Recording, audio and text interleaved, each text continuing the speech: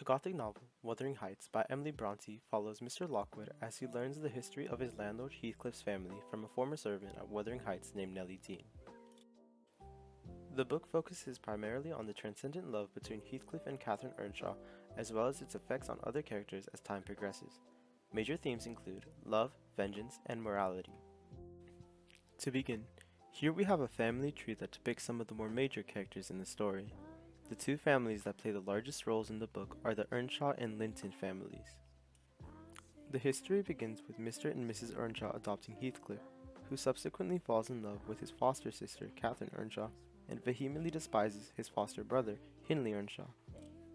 When Mr. Earnshaw passes away, Hindley Earnshaw becomes master of the house and reduces Heathcliff to the role of a servant and continuously degrades him whilst hindering him from meeting with Catherine.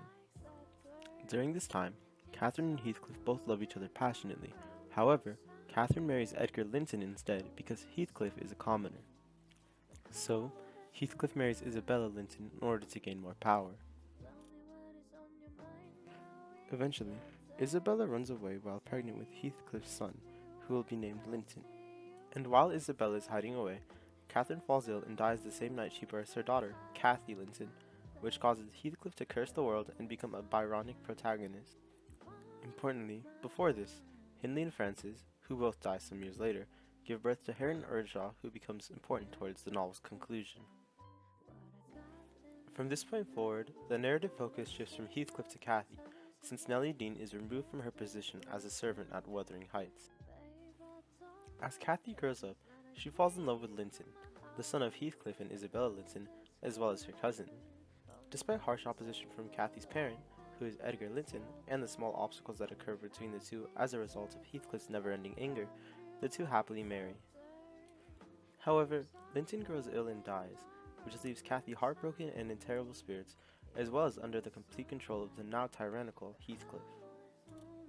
At this point, the history of the family up to the present time is completely told. Thus, Mr. Lockwood bids Nellie Dean farewell and travels to London. Then, 11 months later, Mr. Lockwood returns and once again listens to Nellie Dean's now updated story. Upon doing so, Mr. Lockwood learns that Heathcliff grew mysteriously frail of his own accord and soon perished quite peacefully. He also learns that Cathy fell in love with her other cousin, Hareton Earnshaw, and that Heathcliff, although having been bitter his entire life, smiled in envy at seeing Cathy and Hareton fall in love the way that he had wished to. With that, the history of the passionate loves that have began and ended at Wuthering Heights is told, and the story concludes with Mr. Lockwood reminding readers of the serene beauty of the fields upon which Wuthering Heights lays, as well as his comments that the souls of Heathcliff, Edgar, and Catherine are surely at peace within the earth.